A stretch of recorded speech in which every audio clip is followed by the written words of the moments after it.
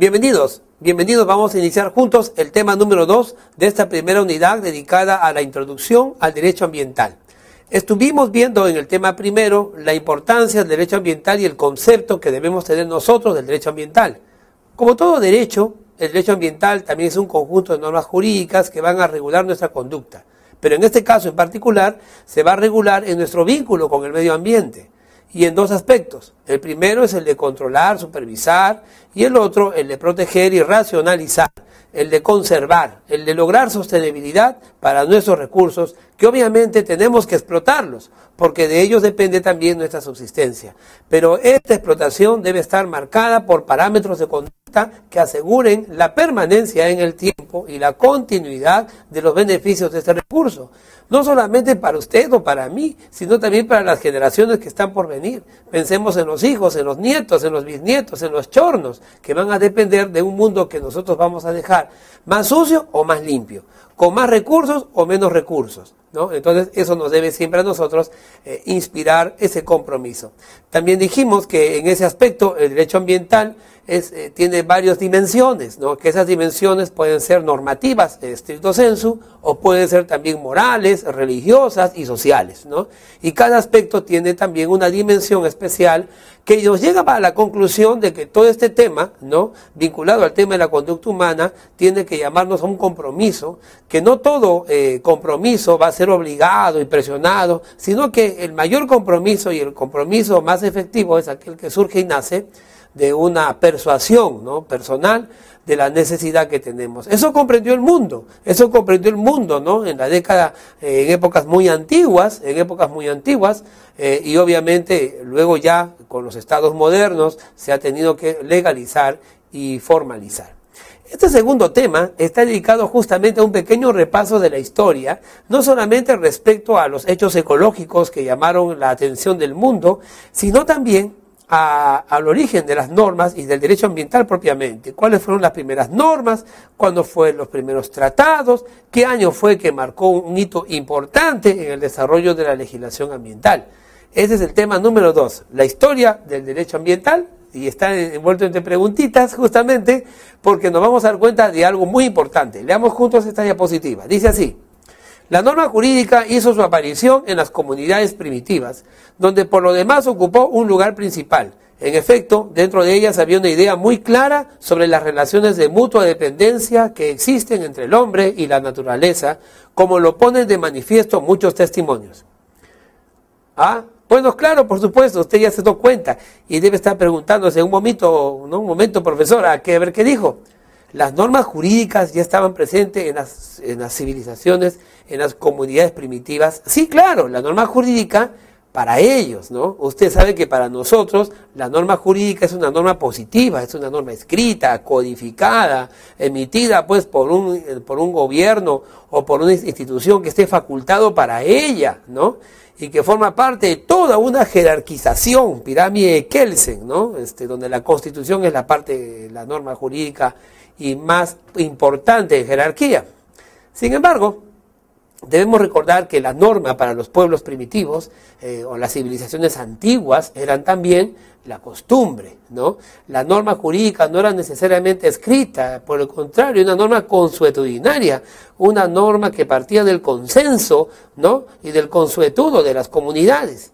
Y cuando nosotros hacemos un repaso y hay que recurrir y conversar, a sentarnos, tomar pues un tecito, una agüita con nuestros amigos antropólogos, arqueólogos, sociólogos, historiadores, todos ellos van a llegar a la conclusión desde que épocas muy antiguas, ¿no?, el ser humano y las civilizaciones estaban conectadas con el tema del medio ambiente, que incluso pasó al tema religioso, ¿no?, el panteísmo y el adorar a la naturaleza, a los apus, a los animales, y luego a los animales volver los dioses, el puma, ¿no?, la hermosura de un valle, por ejemplo, los nevados, ¿no?, el panteísmo, la observación de la naturaleza, ¿no?, llevó pues a lo que los religiosos cuando llegaron acá, cuando la Iglesia Católica de la Edad Media llegó aquí, llamaban pues hechicería, ¿no?, o llamaban pues idolatría, ¿no?, el hecho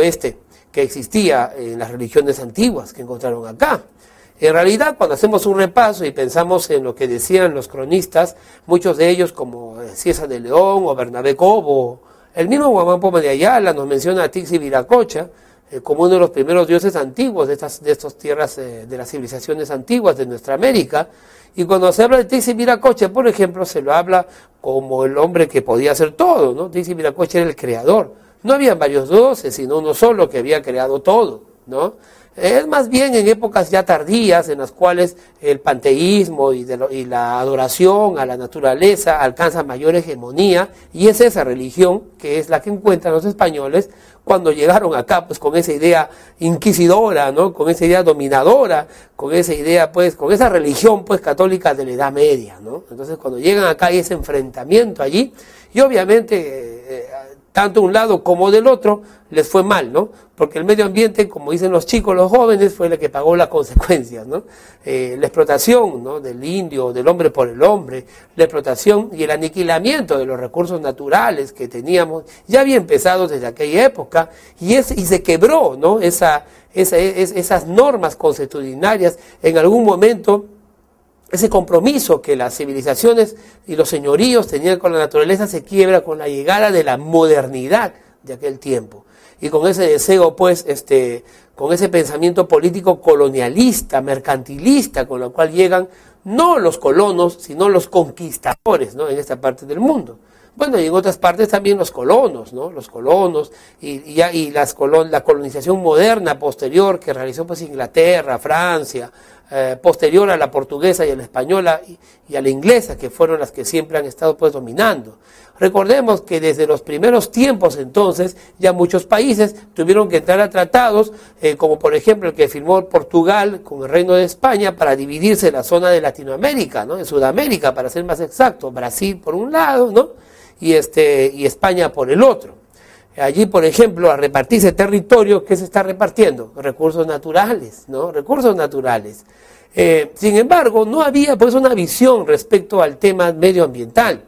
Se dividían territorios de corte político, con objetivos políticos, con objetivos territoriales, con objetivos de dominio y poder, y no había un tema medioambiental. Pero dentro de eso, escondido estaba el tema ambiental, porque al repartirse territorios se estaban repartiendo recursos naturales.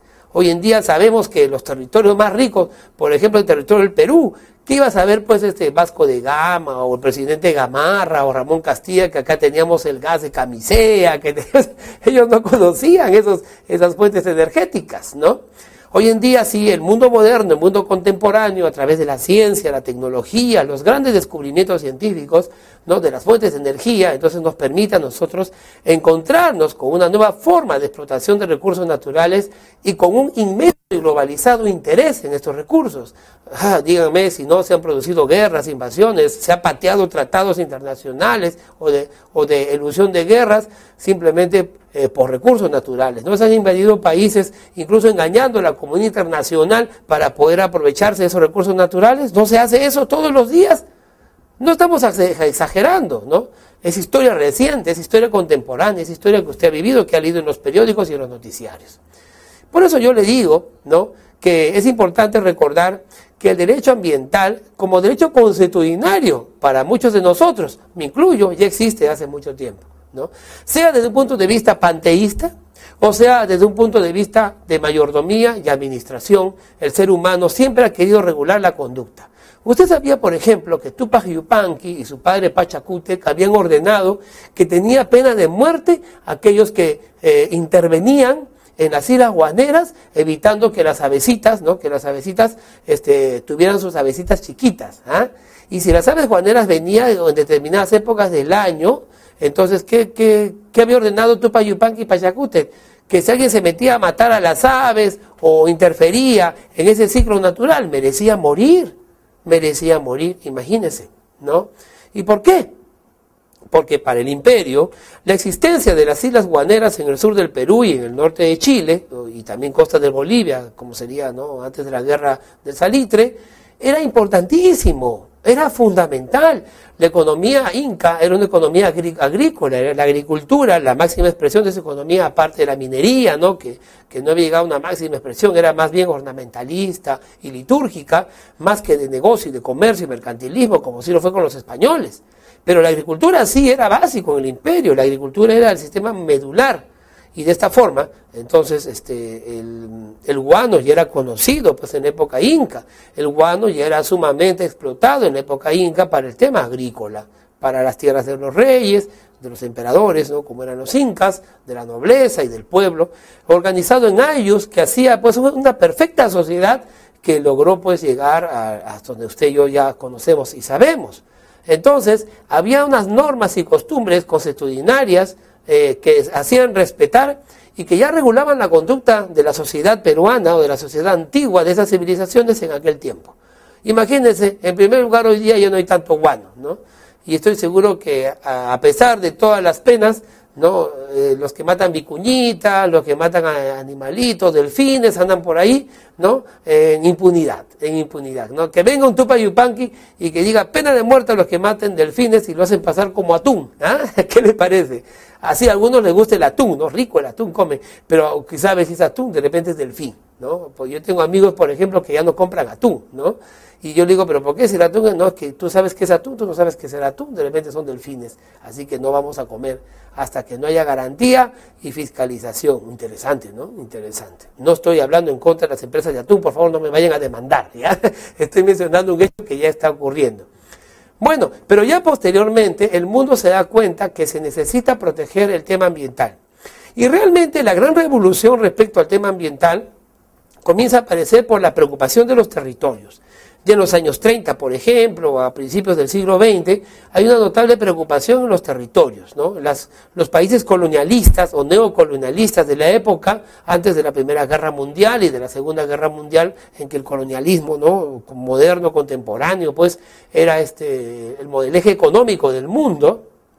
Ellos se dan cuenta de la necesidad de preservar espacios, grandes espacios.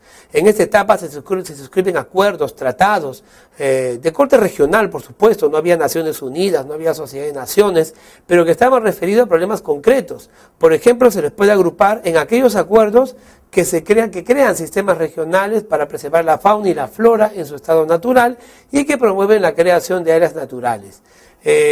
El 19 de mayo del año 1900, por ejemplo, se reúne la Convención Africana para la Preservación de Animales, Aves y Peces de la Vida Silvestre y se ratifica por Alemania, España, Francia, Italia, Portugal y Reino Unido. Bueno, ¿por qué estos países, no? ¿Por qué Alemania? ¿Por qué España? ¿Por qué Francia, Italia, Portugal y Reino Unido? Y faltó quizá Holanda y hasta quizá Austria-Hungría, ¿no? Es que estos países en ese año, ¿no? En el año 1900, eran los más grandes países neocolonialistas. Inglaterra, por ejemplo, con sus protectorados por todo el mundo, España, con algunas colonias todavía existentes, ¿no? En alguna parte del mundo, ya con las colonias, pues, 70, 60, 80 años independizadas de América Latina, ¿no? Ya no era un gran poderío. Alemania, Francia, Italia, todos estos países tenían pues en el África, ¿no? Colonias, ¿no? Muchos, usted va a todos hablan africano, el idioma africano no existe, pero va a haber gente que habla inglés, francés, portugués, ¿no? Hasta idioma italiano, ¿no? Idioma italiano hablan ahí en África, porque han sido pues colonias que han dependido. Pero estos países se dieron cuenta que era necesario proteger la flora y la fauna y miran a sus ojos con área protectora, con un sentimiento tutelar. Pero obviamente no es definitivo estos asuntos, ¿no? En el año 1902, por ejemplo, el 19 de marzo, se firma un acuerdo para la protección de las aves útiles para la agricultura, ¿no? Eso se firma en París, en Francia, ¿no? El 19 de marzo, y ahí sí participa pues el Imperio Austrohúngaro con el nombre de Austria, Bélgica, Checoslovaquia, Francia, Alemania, Hungría, participa también Holanda, que obviamente tenía muchas colonias, y participa Suiza, España, Polonia y Portugal. Sí, Portugal tenía muchas colonias en África, no lo quepa duda, ¿no? De esta forma entonces estos países en el año 1902 acuerdan proteger a las aves útiles para la agricultura. Fíjese de qué época estamos hablando, ni siquiera había la primera Guerra Mundial. Sin embargo, la llegada de la Primera Guerra Mundial, ¿no? Despierta una gran preocupación en el mundo por la contaminación de las bombas, el gas, de la tierra, y pasado ya unos 10, 15 años, más o menos por el año 1930, entre la Primera y la Segunda Guerra Mundial, entonces el mundo nuevamente comienza a preocuparse. Además, Luego de la Primera Guerra Mundial se crea un espacio internacional y político donde se puede tratar estos temas. Ya no necesitamos que los ultracolonialistas se reúnan, los grandes señores del mundo se reúnan, sino luego de la Primera Guerra Mundial se crea la Sociedad de Naciones, ¿no? La Sociedad de Naciones, que es un espacio, un foro internacional, que si bien es cierto no tenía pues un sistema jurídico internacional que evitara, y de hecho no evitó la Segunda Guerra Mundial, sí permitió un espacio, ¿no?, de abierto foro donde los países pudieran venir. Se crea el Tribunal de la Haya, por ejemplo, que más tarde iba a tener una importancia tremenda respecto a los juicios y temas ambientales, y que lo tiene hasta el día de hoy, ¿no? El Perú, por ejemplo, está en un proceso de limitación territorial en el sentido del mar, de límites marítimos con Chile, así como estuvo Colombia y Costa Rica, y que obviamente estamos en espera, ¿no?, de que sea una solución. Y que obviamente al repartirnos un mar, ¿no?, o al establecer un límite en un mar, nos estamos repartiendo también recursos naturales, lo vuelvo a decir, en este caso recursos marítimos. Bien, en el año 1931, por ejemplo, el 24 de septiembre, se reúnen los países del mundo y firman en Ginebra el Tratado Ballenero Internacional. ¿Quién no leyó la novela Moby Dick? ¿No? La novela Moby Dick, y en aquella época pues el tema ballenero era un tema pues que estaba muy en boga, ¿no? Y en el año 1931 entonces se firma un tratado ballenero internacional que va a establecer, entre otras cosas, ciertos parámetros y reglamentos para esta actividad económica mundial. Recordemos que ya en el año 1868 se realizó una convención para regular la navegación del río Rin. Se firmó en Mannheim, ¿no?, por el Reino Unido, Suiza, Holanda, Alemania, Francia y Bélgica.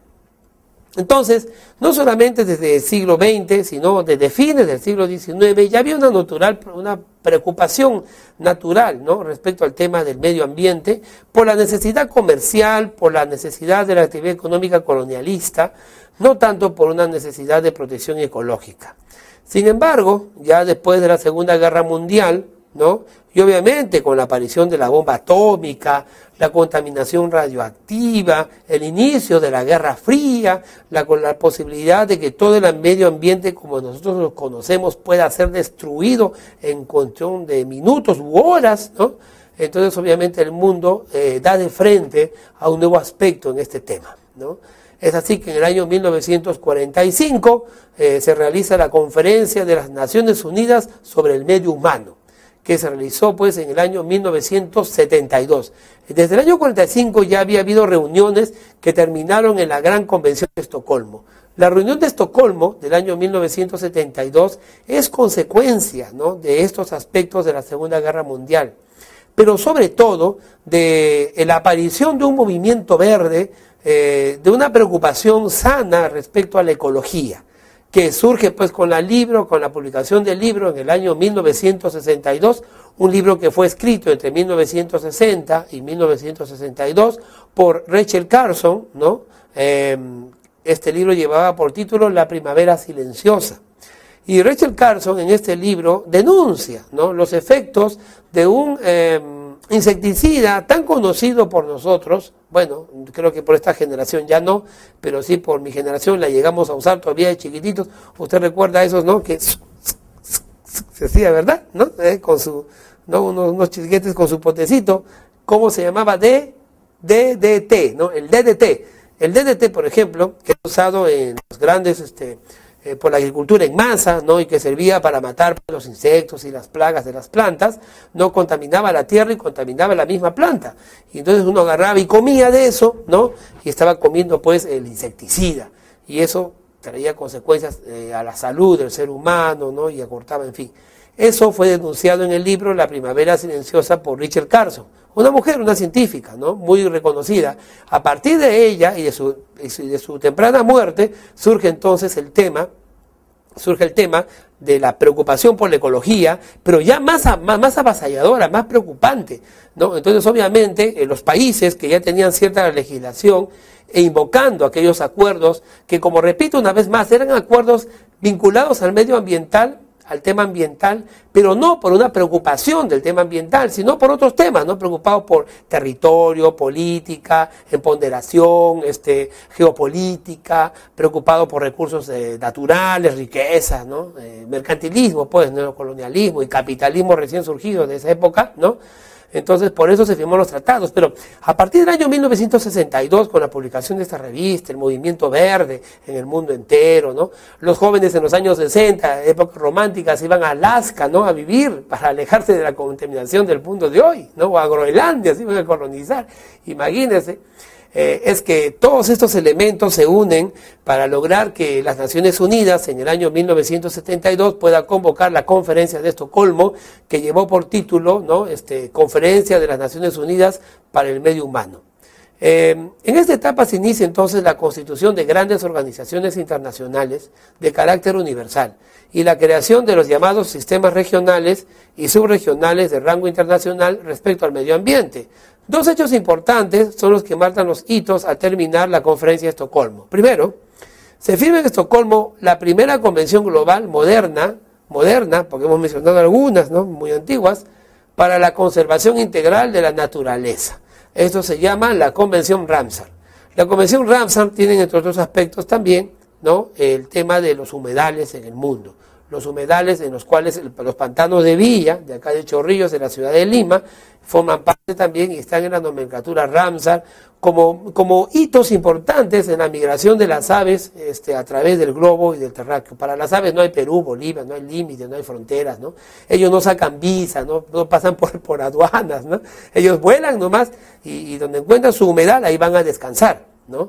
Pero si ese humedal ya no existe, si usted lo seca, llegan ahí y es como si usted lo mandara a un desierto de 80.000 hectáreas y le dicen de acá a media hora hay un pozo de agua, a otra media hora hay otro pozo de agua, ¿no? Y usted va de media hora y no encuentra ningún pozo de agua, ¿no? Al final lo que vamos a encontrar de usted más bien es un montón de huesos porque usted se va a morir ahí en el desierto. Eso le pasa a las avecitas también. Entonces se da cuenta de lo importante, entonces se crean las convenciones Ramsar que van a proteger los humedales. Eso es muy bueno. Otra cosa, la reunión de Estocolmo, ¿no? Afianza la doctrina y el pensamiento ambiental, surgido del pensamiento ecológico, del pensamiento ecologista. Se observa que las acciones internacionales tienen y deben tratar de armonizar la economía con protección de especies y ecosistemas. Entonces, en Estocolmo, el mundo se da cuenta que hay un vínculo estrecho entre el ecosistema, entre el medio ambiente, entre los recursos naturales y en el sistema económico que nosotros estamos aceptando, o que nuestro sistema económico que hemos adoptado.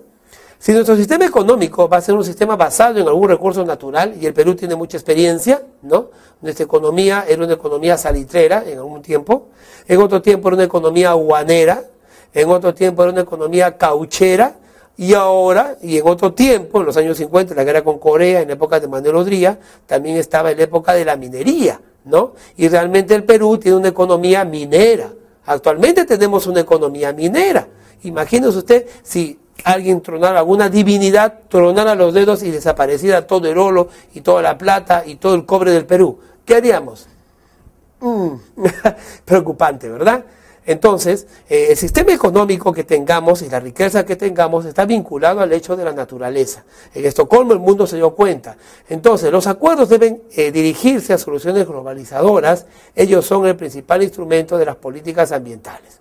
Ahora, a partir del año 1972, ¿no? Ya para ser más exacto, el 19 de septiembre, en la Asamblea General de Estocolmo, en su 27º periodo de sesiones, se aprueba una serie de resoluciones sobre el medio ambiente en los siguientes temas. Por ejemplo, se aprueba una cooperación entre los estados en el campo del medio ambiente.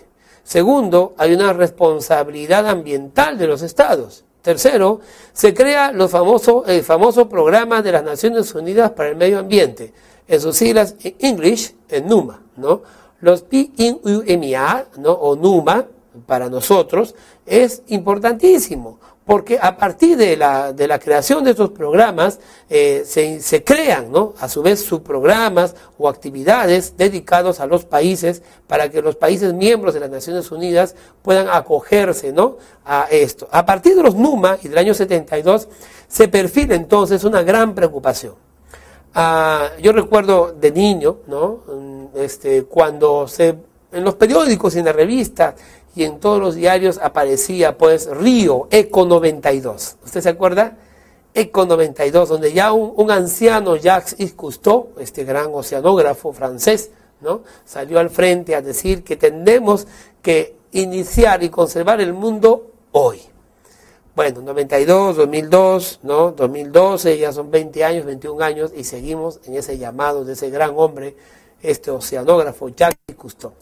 Efectivamente, la Conferencia de las Naciones Unidas sobre el Medio Ambiente y el Desarrollo, es decir, Río 92 o Eco 92, marca pues una preocupación ya globalizada respecto al tema ambiental. Nosotros los peruanos, ya desde el año 1979, respetando los acuerdos de Estocolmo y la preocupación mundial sobre el medio ambiente, ya habíamos puesto en nuestra Constitución que todos los seres humanos tenemos, y la persona, tenemos el derecho de vivir en un medio ambiente sano. A partir de Río de Janeiro del año 92 comienza a haber una abrumadora, ¿no?, participación del mundo, organizaciones no gubernamentales, fundaciones, asociaciones que tratan de empujar a sus gobiernos a comprometerse cada día más sobre el tema medioambiental. Obviamente aquí hay una gran confrontación porque muchos países están dedicados y dependen de su economía de la industrialización y de la explotación de ciertos recursos naturales, pero se necesita pues a nivel internacional y también nacional poner reglas y poner altos, ¿no?, en algunos abusos que se están cometiendo. Los orígenes de la conferencia de Eco 92, por ejemplo, se pueden encontrar en el informe Brundtland. El informe Brundtland es un informe remitido por la Asamblea General de las Naciones Unidas, por medio de la cual se acogía el informe y se aceptó convocar a una conferencia mundial urgente sobre el ambiente y desarrollo para el año 1992. Allí todos los países y el Perú, en primer plano, ¿no?, participan de esta conferencia. En el Perú, el derecho ambiental es una disciplina relativamente novedosa. Aunque existe un creciente interés por conocer sus reales alcances y aplicaciones, en el Perú podemos identificar, ¿no?, la Comisión Nacional de las Naciones Unidas, Comisiones de las Naciones Unidas para el Medio Ambiente, que forma parte hoy día del MINAN. Y el Perú, respondiendo a sus acuerdos de Estocolmo, respondiendo a los acuerdos de ECO 92 y a la exigencia de los tratados de libre comercio de estos temas, creamos el Ministerio del Ambiente, el MINAN. Y antes del MINAN teníamos el CONAN, la Comisión Nacional del Ambiente, que si bien no tenía facultades fiscalizadoras muy poderosas, esto ha sido cambiado ahora por el MINAN. El MINAN, entonces, es el que lidera el Sistema Nacional de Gestión Ambiental que existe actualmente en nuestro país. Bueno, que se está implementando en sus 3 niveles de gobierno, local, regional y nacional. De esta forma, entonces, nuestro país se pone a la vanguardia de una posibilidad defensora del medio ambiente. La aceptación del sistema capitalista por nuestra parte en la década de los 90 nos ha llamado a un nuevo compromiso. Al no depender ya directamente de la explotación de los recursos naturales del Estado, sino más bien del sector privado, eso nos ha obligado a crear organismos supervisores, que muchas veces no actúan ni con la prontitud ni con la eficacia que los pobladores y nosotros los ciudadanos quisiéramos, lo cual en muchas ocasiones nos ha traído a la pregunta si ha sido bien, ¿no?, el privatizar nuestros recursos naturales o si debiera el Estado explotarlos directamente. Este es un tema político muy amplio de tratar. Pero ha sido la ley 28.611, la Ley General del Ambiente, que se cuenta actualmente, ¿no?, vigente en nuestro país, la que crea un sistema nacional de gestión ambiental y que promueve a partir de ese sistema la supervisión y la fiscalización de la explotación de nuestros recursos naturales, la conducta también de los empresarios privados, los empresarios también del Estado que participan en la explotación de recursos naturales. El Sistema Nacional de Gestión Ambiental y la Ley General del Ambiente están vinculados estrechamente en su origen y formación, y las demás leyes que emitan los sectores como salud, agricultura, energía y minas, el Ministerio del Ambiente propiamente dicho, entre otros, serán el complemento de todo este bagaje, ¿no?, de derecho ambiental y legislación ambiental. Bueno, hasta aquí llegamos en este segundo tema, el tiempo no da para más. Espero que me acompañes en el tema que viene, para así seguir avanzando en esos estudios tan interesantes del derecho ambiental.